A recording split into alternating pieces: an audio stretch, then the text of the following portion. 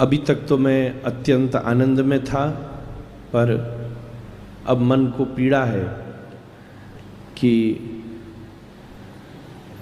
आने से दर्शन मिला, कथा मिली, पर कई बार ये प्रसिद्धि विस्मयी हो जाती है। दो ही समय ऐसे होते हैं जब मन करता है कि हम कथा न कर रहे होते। पहला, जब ठाकुर जी कहीं भगवान के स्वरूप का दर्शन करने जाओ और लोग दो क्षण के लिए ठाकुर जी के दर्शन से मुड़कर हम लोगों को देखने लगे, तो ऐसा लगता है कि इतने वर्ष भर जो कथाओं से लोगों को भगवत दर्शन की प्रेरणा दी, कहीं वो उद्देश्य छोटा पड़ गया। और दूसरा, जब हमारे श्री इंद्रेश प्रभु जैसे दिव्य महापुरुष रस की भागीरथी प्रवाहित कर रहे हों और हम लोगों की वजह से उन्हें रोक करके और हमें बीच में बोलना पड़े, ये दो ही ऐसे स्थान हैं जब मन करता है कि हम भागवत व्यास न होते तो अच्छा होता। मैं व्यासपीठ को प्रणाम करूं और मेरे पास में विराजमान श्री वृंदावन की शोभा साक्षात श्री कृष्ण स्वरूप ही, इसमें कोई संदेह नहीं है। जिनको सबके हृदय में तो भगवान है ही हैं, पर जो स्वयं भी कृष्ण स्वरूप है, परमादरणीय व्रज की शोभा, अर्चा लेवे वाली करवी वाली ठाकुर तो वृंदावन में बहुत सारे हैं, पर चर्चा कलवे वाले हमारे श्री ठाकुर जी महाराज हैं। हमारे श्री द्वारिकाधीश मंदिर के सभी आचार्यजन, सेवायत जन, स्वामी जी, महाराज जी, सभी लोग को मैं प्रणाम करूं। समय का अभाव आपसे ज़्यादा, क्योंकि लेवे आया हूं तो पहले भी पहुंचना है, इसलिए मैं विचार करता रही हूँ कि क्या ले जाऊं। इसलिए राधारमन जी का पटका ले जाता हूँ, इस बार नहीं लाया, और शॉल लेकर आया, क्योंकि आप गर्मी ते सर्दी में आ रहे हो, पाथे की व्यवस्था करना जिम्मेदारी होती है जो बुलावे आए। या मरे मैंने शॉल उड़ायो कि माँ ठंड ज़्यादा है, ने संभल के आई हूँ। द्वारिकाधीश के दर्शन का और आपको श्रवण का लाभ आपकी कृपा से मिला, उसके लिए मैं और यहाँ बैठे अनेक श्रोता श्री गिरधर लाल के, पूज्यपाद श्री ठाकुर जी महाराज के और श्री इंदेश प्रभु के जीवन पर्यंत ऋणी है कि आपकी इस योजना से हम सब सामान्य लोगों को श्रवण भी मिल गया और भगवत दर्शन का भी लाभ प्राप्त हो गया।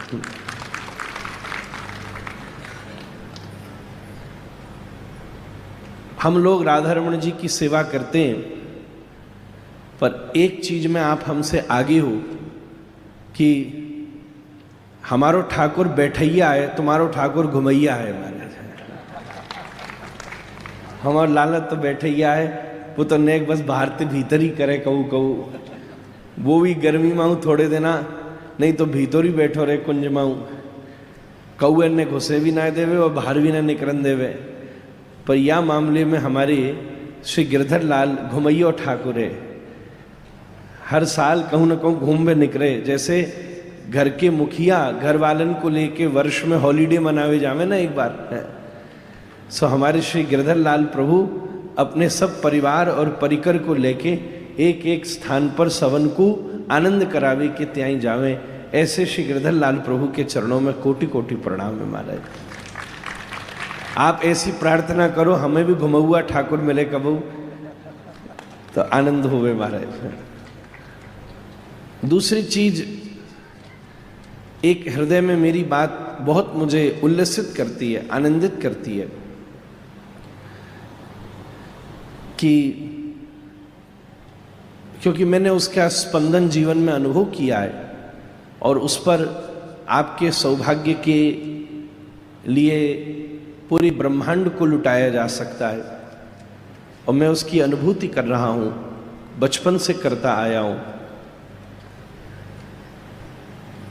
ऐसा सौभाग्य सबको नहीं मिलता कि पुत्र सामने बैठकर कथा कह रहा हो और पिता उसके सामने बैठकर उसको आशीर्वाद दे रहा हो।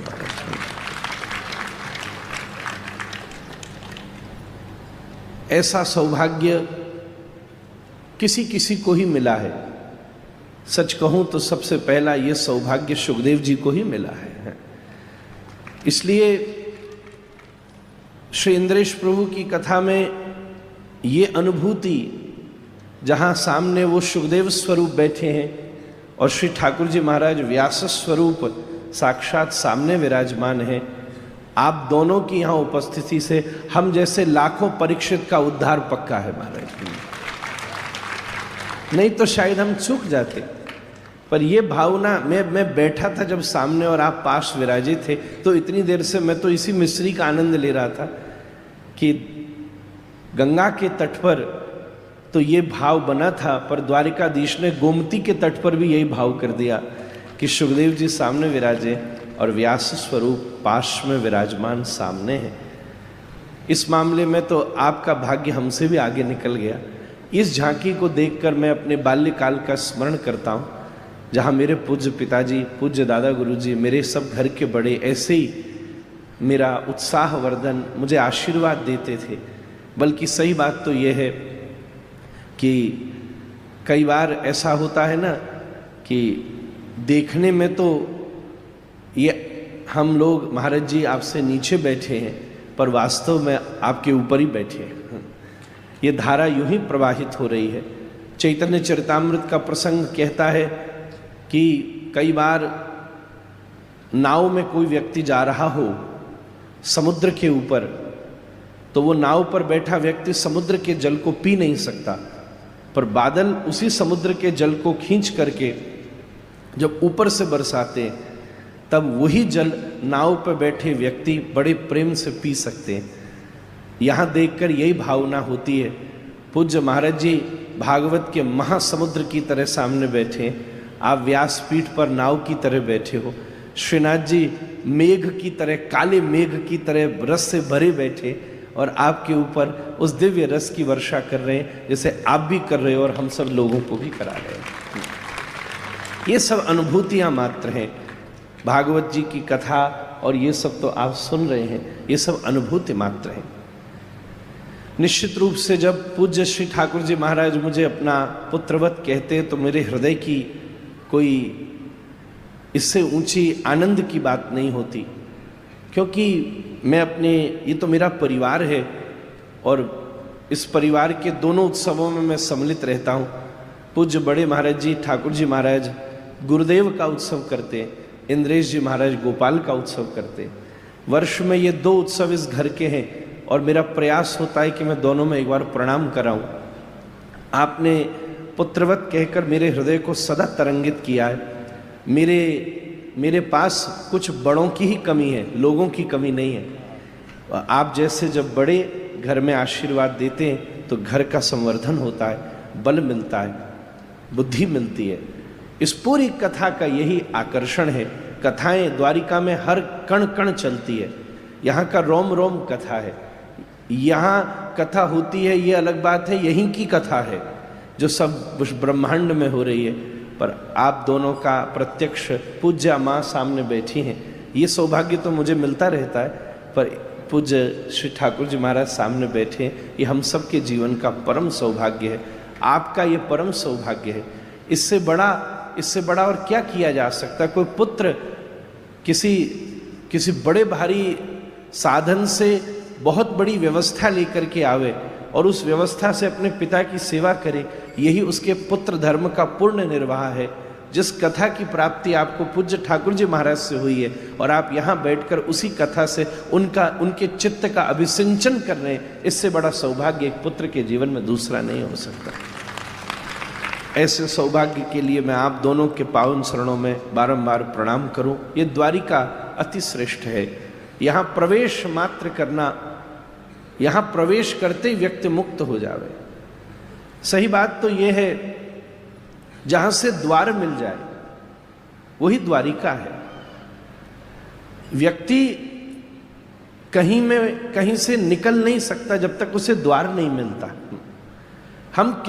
हमें पता नहीं चला कि हम किस प्रकार इस संसार में प्रवेश कर गए और अनंत काल से पुनरपि जननम पुनरपि मरणम की क्रिया में सतत घूम रहे हैं, क्योंकि बहुत बार ढूंढने के बाद भी दरवाजा नहीं मिल रहा, द्वार नहीं मिल रहा। अगर द्वार मिल गया होता तो बहुत आसानी होती, बहुत आसानी होती। कई बार ऐसे स्थान होते हैं ना, वहां आप चले जाओ और निकासी का दरवाजा नहीं मिले तो बड़ी मुश्किल हो जाती। एग्जिट डोर कौन सा? अभी मैं यहां आ रहा था, जब हवाई जहाज से अहमदाबाद उतरा प्रभु जी, ऐसा हवाई जहाजों में कई बार होता है, मैंने ऐसा अनुभव किया। महाराज जी एरोप्लेन में बैठिए तो आगे भी दरवाजा है, पीछे भी दरवाजा है, बीच में भी दरवाजे हैं। दरवाजे तो बहुत सारे हैं, अब सुसरा पता नहीं चलता कि खुलेगा कौन सा।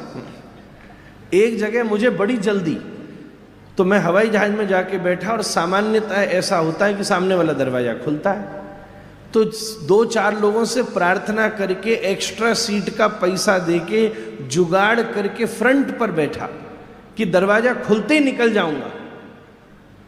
पर सुसरा ऐसा भयो कि सामने वाला दरवाजा खुलो ही ना है। उनने कही सब पीछे से जाएंगे, कोई एरर आ गया, अब बैठे रहो वहां, अब और घंटा लग गया ज्यादा है निकरवी में, और सामान इधर उधर, बड़ो झंझट है क्यों। दूसरी दुविधा हो जाती है कि तुम बैठे आगे हो, सामान पीछे हो। इसलिए दरवाजा कौन सा खुलेगा जब तक ये ना पता चले तब तक व्यक्ति उस यात्रा से निवृत्त नहीं हो सकता।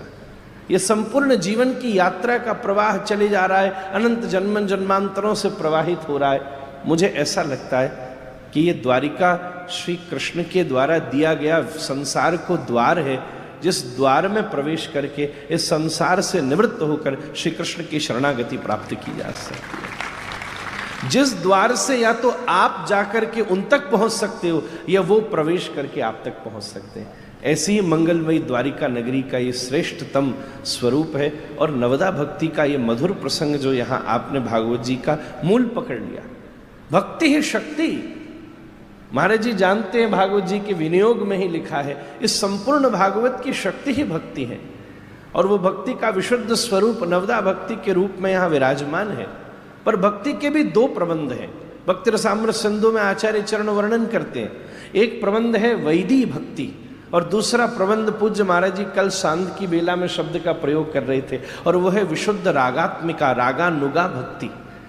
वैदी भक्ति श्रवणम कीर्तनम से लेकर के अंत तक पहुंचती है, आत्मनिवेदन तक। पर जो रागानुगा भक्ति है उसका प्रारंभ तो आत्मनिवेदन से ही प्रारंभ होता है और परम प्रीति तक पहुंच जाता है, परम प्रेम तक पहुंचता है। आदौ श्रद्धा ततः साधु संगोत भजन क्रिया ततो अनर्थ निवृत्ति, करते करते रुचि आसक्ति और फिर बाद में प्रेमाभ्युदंजति, प्रादुर्भावे भवेत क्रमः। इस प्रकार प्रेम की प्राप्ति होती है। अभी हम जब दर्शन कर रहे थे, पूज्य सब सेवायत जन मेरे साथ थे, जब तक श्रृंगार हो रहा था तो सामने खड़े होकर द्वारिकाधीश की महिमा गा रहे थे। मुझे तो ऐसा लग रहा था जैसे अभी आप कथा में बोले कि शायद मुझे देखकर द्वारिकाधीश इतने खुश हो गए कि वो खुद उतर के आके कथा सुना रही थे सामने से। उनके भाव, जैसे जगन्नाथ को फोन आवे तो लगे जगन्नाथ जी फोन कर रहे हैं, तो ऐसे ही लग रहा था कि सेवायत सामने मुंह को देख के कथा सुना रहे, तू का सुनावे वो लाला, मैं सुनाऊं तो। और उसी समय भावना बनी कि यहाँ ठाकुर जी चतुर्भुज हैं, क्योंकि तमद्भुतम बालकम भुजक्षणम अभी आप श्लोक कह रहे थे। तो वहां चर्चा में श्री रूप गोस्वामी पाद का एक भाव प्रकट हुआ। महाराज जी समय तो मैं ज्यादा ले रही हूं, बस अब 1 मिनट में मेरो ही हवाई जहाज निकल जाएगा।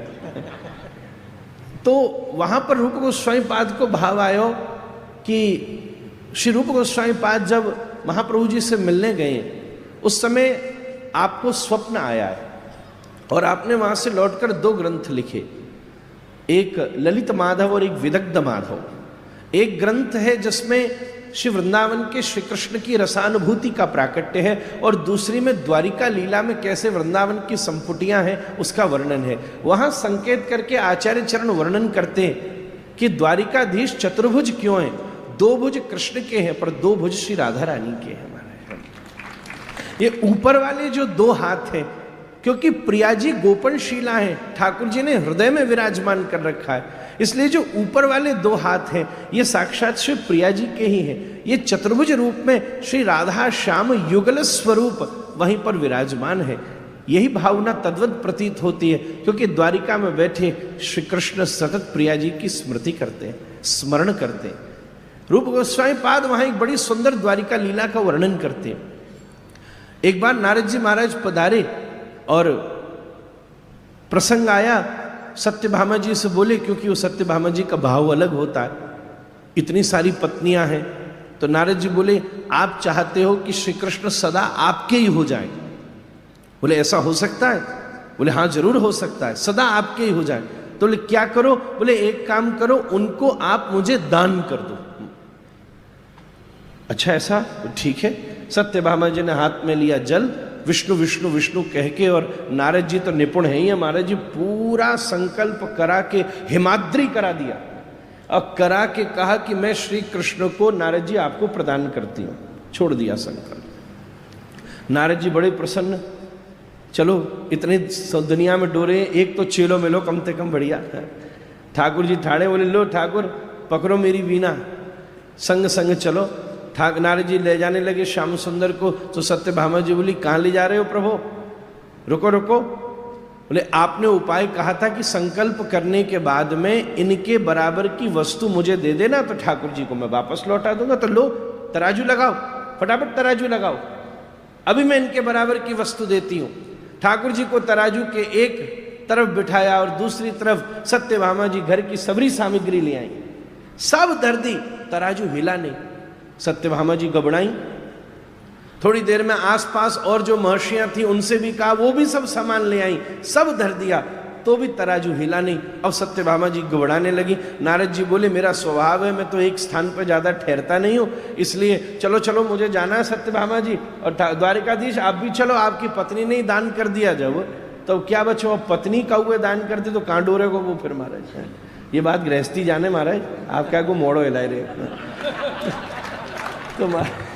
तो अभी वैसे आप तो परे पहुंच गए, इंद्रेश जी को प्रवेश ही ना भयो। या हमारे अभी आप दोनों यार चीजें कम पकड़ेंगे, हम बैठे हैं यहाँ बैठे हैं, महाराज जी बैठे, ये सब हम लोगों के अनुभव की बातें। अब क्या करें महाराज, हमें आप पे डराए ना रहे हो, चिंता मत करो ऐसा कि डर गई महाराज ऐसा हो जाएगा। हालांकि बहुत सारी दुनिया बाट लगाई बैठी है कि जे तो बैठे हैं, इनके बगल में कौन बैठे बारी आ गई।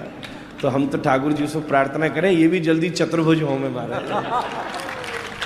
द्वारिकाधीश चतुर्भुज की कथा है गई, अब ये भी इसलिए शायद आई है यहाँ, हाँ, क्योंकि बिहार को क्षेत्र है तो ब्रज द्वारिका मिलन महोत्सव महाराज। ठाकुर जी चतुर्भुज करें ने मैया, कोई ढूंढ के ला बढ़िया सी महाराज बैठी भाई। सो मैं पूरी बात कर दूं। वही समय सत्यभामा जी घबराने लगी। रुक्मणी जी सो बोली तू तो कछु लेके आए, पड़ला भी ना हिलो, तू तो कछु ला। सब रुक्मणी जी पधार के बोली ये सब सामान हटाओ, तराजूते सब हटाओ, और अपने आंगन को तुलसी को दल लेकर के आई। सोने की बढ़िया सुंदर सलाई लीनी और अष्टगंध में डुबो करके वह सलाई से वह तुलसी दल के ऊपर लिखो श्री राधे, और लिख के जैसे ही तराजू पर धरो ओ पड़ला गयो नीचे और ठाकुर जी गए ऊपर। ऐसे श्री प्रिया जी के नाम की महिमा द्वारिका की लीला में श्री कृष्ण को सदा तरंगित करती है, सदा प्रसन्न करती है।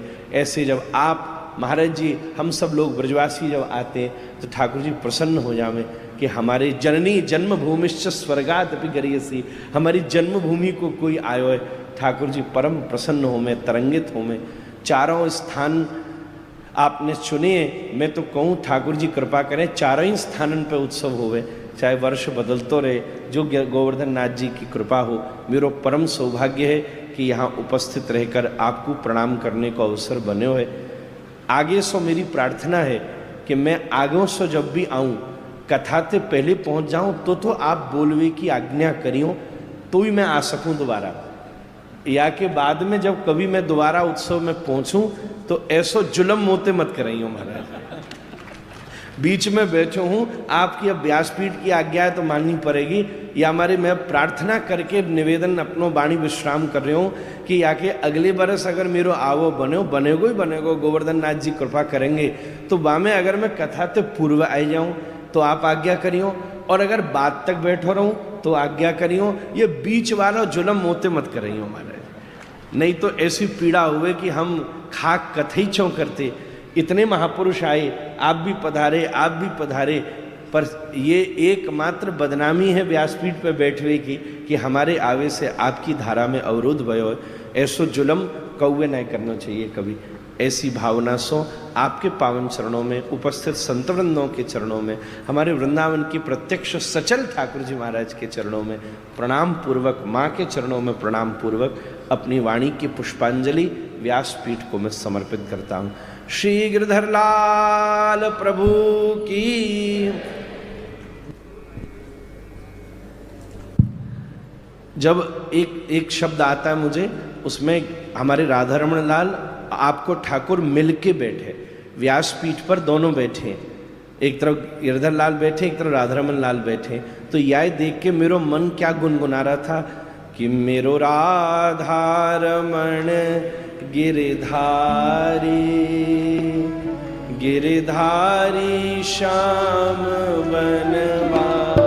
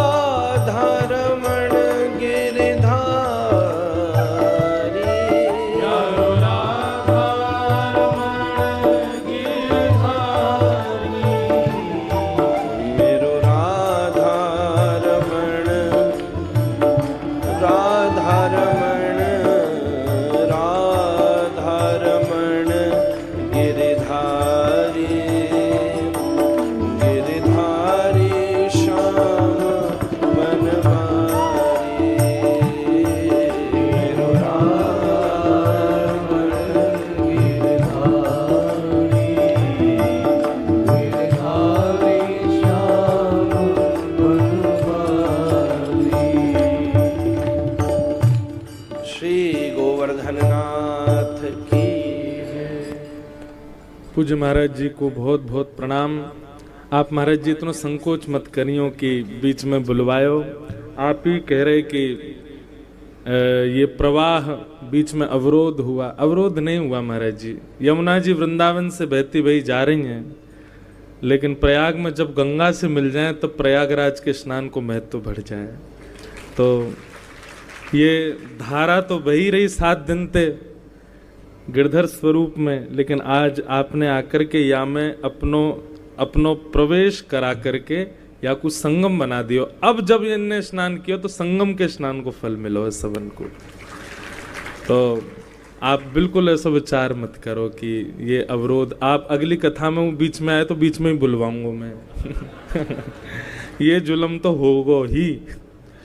हम पूज्य गुरुदेव भगवान से प्रार्थना करें कि उत्सव की बधाई महाराज जी को अर्पित करें, और महाराज जी आपको भी हम सौल दे के भेज रहे हैं कि आप भी सर्दी में ही जा रहे हो। तो आपकी भी लाल जी खूब रक्षा करें। श्री राधा रमण लाल की, प्यारे गिरधर लाल की, लाला के बाबा की, बाबा के लाला की, लाला बाबा दोनों की, पूछरी के लौठा की। महाराज जी पधारे, आपको खूब खूब शुभकामना और या मंगलमय उत्सव के खूब खूब बधाई। आप अगले उत्सव की अभी घोषणा राज भोग आरती में होगी, आपको मैं मैसेज कर दूंगा महाराज जी अगले उत्सव की कहाँ की पर्ची आई, अब इसे टिकट कराई ली हूँ। खूब आनंद करेंगे। अभी बंधुओं महाराज जी प्रस्थान कर रहे हैं। हमको भी कथा लगभग 12 बजे तक आज विश्राम देनी है, क्योंकि फिर बाकी के सब लोगों को भी गुना के लिए अहमदाबाद से हमारे संग जो सब हमारे परिकर के हैं अहमदाबाद पहुंचना है, तो कथा का विश्राम भी समय पर होगा। हम लोग श्रीमद् भागवत के अब क्रम को तो पूर्ण हमने क्रम स्पर्श ही नहीं किया, बस भाव रखा था, पर फिर भी मन में भाव है कि भागवत जी का अंतिम श्लोक गा करके कथा को विश्राम देंगे। फिर पूज्य गुरुदेव भगवान सबका थोड़ा मंगलाशासन, और हमारे पूज्य जगन्नाथपुरी वाले पूज्य महाराज श्री पधारे हैं, आप श्री का आशीर्वचन भी 2 मिनट सबको प्राप्त हो जाएगा। उसके बाद कथा को फिर विश्राम देंगे। फिर ठाकुर जी की राजभोग आरती होगी। आरती के बाद ठाकुर जी के आगे 4 पर्ची रखेंगे। हमारे जगन्नाथपुरी वाले महाराज जी और पिताजी आकर के जिस एक पर्ची को उठाएंगे उसी की उद्घोषणा मंच से होगी। आप लोग अपनी तैयारी कर लेना। सब लोग मेरे साथ भागवत जी का अंतिम श्लोक भाव से कहो। नाम संकीर्तनम यस्य, नाम संकीर्तनम यस्य, सर्व पाप प्रणाशनो, सर्व पाप प्रणाशनो, प्रणामो दुख समनः, प्रणामो दुख शमनः, तम नमामि हरिं परम, तम नमामि हरिं परम। नाम संकीर्तनम यस्य, नाम संकीर्तनम यस्य, सर्व पाप प्रणाशनो, सर्व पाप प्रणाशनो, प्रणामो दुख समनः, प्रणामो दुख शमनः, तम नमामि हरिं परम, तम नमामि हरिं परम। नाम संकीर्तनम यस्य, नाम संकीर्तनम यस्य, सर्व पाप प्रणाशनो, सर्व पाप प्रणाशनो, प्रणामो दुख समनः, प्रणामो दुख शमनः, तम नमामि हरिं परम। तम नमामि हरिं परम। जिन भगवान का नाम संकीर्तन समस्त प्रकार के जीवन के ताप संतापों से निवृत्त करता है, ऐसे भगवान के परम पावन नाम को हम बारंबार प्रणाम करते हैं, बारंबार प्रणति करते हैं। बंधुओं, 7 दिवस के इस ठाकुर जी के मंगल में पंचम पाठोत्सव में आप सब पधारे, आप सबका बहुत बहुत धन्यवाद। यहाँ पर कई लोगों ने बहुत सेवाएं ठाकुर जी के सन्मुख की हैं, पर मेरा पता नहीं क्यों ऐसा भाव रहता है कि लाल जी के उत्सव में किसी का नाम प्रकट नहीं हो, आपकी भी भावना नहीं हो कि हमारा नाम लिया जाए, अगर उस नाम से मान प्रकट हो। इसलिए हमने किसी का नाम नहीं लिया मंच से कि ये प्रधान है या प्रधान है। आप और मैं कर्ता हो सकते हैं, लेकिन कारण तो केवल श्री गिरधर लाल जी हैं। आप और मैं कितनी भी व्यवस्थाएं कर लें, ठाकुर जी की इच्छा नहीं होगी तो हम और आप कोई उत्सव नहीं कर सकते। ये जितने भी उत्सव यहाँ बने, रात्रि में जो भी कार्यक्रम हुए, जितने भी संत वृंद पधारे, ये मेरी आपकी सामर्थ्य से संभव नहीं था, ये सब लाल जी की इच्छा थी। बस लाल जी का एक स्वभाव है कि वो कारण हम लोगों को बना देते हैं, लेकिन मूल कर्ता तो ठाकुर जी ही हैं। ऐसे हमारे लाल जी, उनसे हम प्रार्थना करेंगे कि आप सब लोगों को खूब बल दें कि आप लोग अगले उत्सव में भी पधारो। और निश्चित बंधुओं, ये वचन आप ठाकुर जी को और कुछ मत दो, इस उत्सव की भेंट यही दो कि आप ठाकुर जी को वचन दो कि हम आपके अगले उत्सव में आएंगे, निश्चित आएंगे। कहीं भी हो, कैसे भी हो, आप वचन दो। अब वचन को पूर्ण करने की जिम्मेवारी आपकी। साल भर में आप लोगों को ऐसी योजना बनानी है कि अगले उत्सव में आना ही है। बस यही हमारे लाल जी को आप सबसे चाहिए। बंधुओं, मेरे लिए तो ये 7 दिन की एक अनंत ऊर्जा है। सत्य बता रहे हैं कि सोना तो हमको पता ही नहीं है कि किसको कहते हैं इन 7 दिनों में। और आप विश्वास मानिए कि कितने सारे बालक बीमार हो गए उत्सव में, जो बेचारे लगे हैं खड़े हैं।